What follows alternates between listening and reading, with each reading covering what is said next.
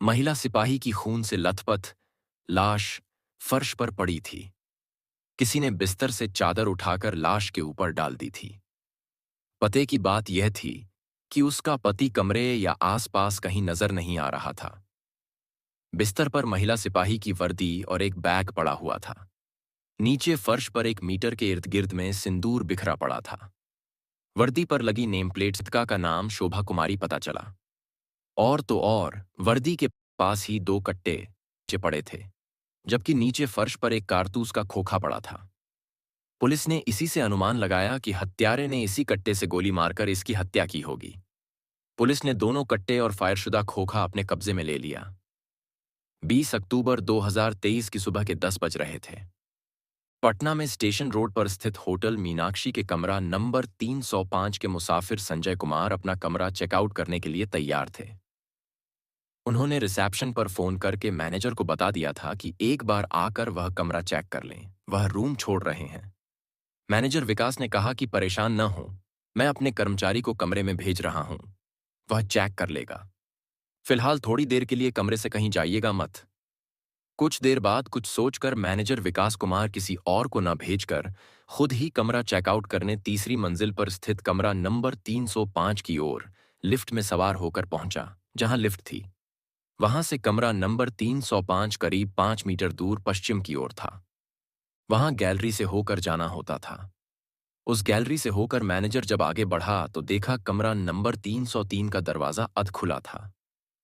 भीतर कोई हलचल होती न देखकर मैनेजर विकास कुमार को कुछ शक हुआ तो वह कमरे में दाखिल हुआ।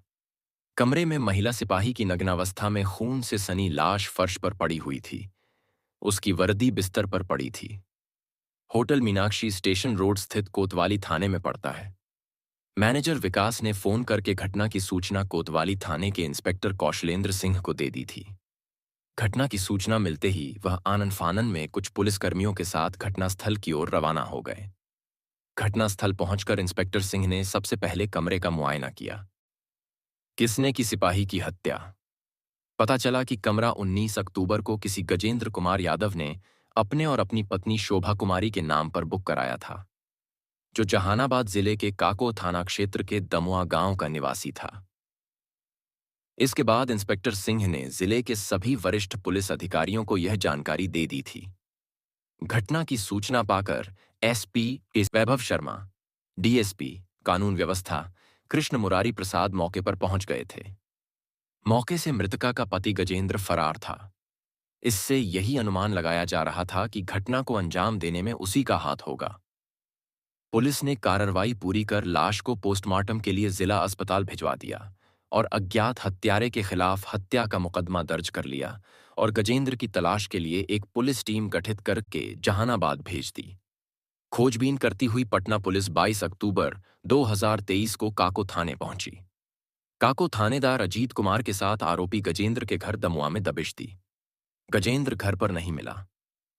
बताते चलें कि गजेंद्र यादव के पिता रामाशीष यादव पहले गांव के चौकीदार थे। उनको कैंसर हो गया था। वे ज्यादातर बेड रेस्ट पर रहते थे। रामाशीष ने बताया, साहब, वह मेरे लिए कैंसर की दवा लेने के लिए 17 अक्टूबर को दिल्ली चला गया था और दवा लेकर 1-2 दिन में आ जाएगा। पुलिस ने बताया कि वह अपनी पत्नी की हत्या करने के बाद फरार है। पुलिस द्वारा बहू की हत्या की जानकारी मिलते ही घर में कोहराम मच गया। घर में रोना धोना शुरू हो गया। फिलहाल गजेंद्र के न मिलने पर पटना पुलिस जहानाबाद से पटना खाली हाथ वापस लौट आई, लेकिन काको थाने को उस पर कड़ी नजर रखने को कह दिया। करीब सप्ताह भर बाद यानी 28 अक्टूबर 2023 को पुलिस ने कैंसर से पीड़ित पिता को हिरासत में ले लिया। पिता को पुलिस द्वारा गिरफ्तार कर ले जाने की सूचना किसी तरह गजेंद्र तक पहुंच गई तो उसने 30 अक्टूबर 2023 को जहानाबाद की अदालत में आत्मसमर्पण कर दिया। आरोपी गजेंद्र के आत्मसमर्पण करने की सूचना मिलते ही 1 नवंबर 2023 को पटना पुलिस टीम जहानाबाद के लिए रवाना हो गई और आरोपी गजेंद्र को अदालत के सामने पेश कर उसे ट्रांजिट रिमांड पर लेकर वहां से पटना के लिए वापस रवाना हो गई।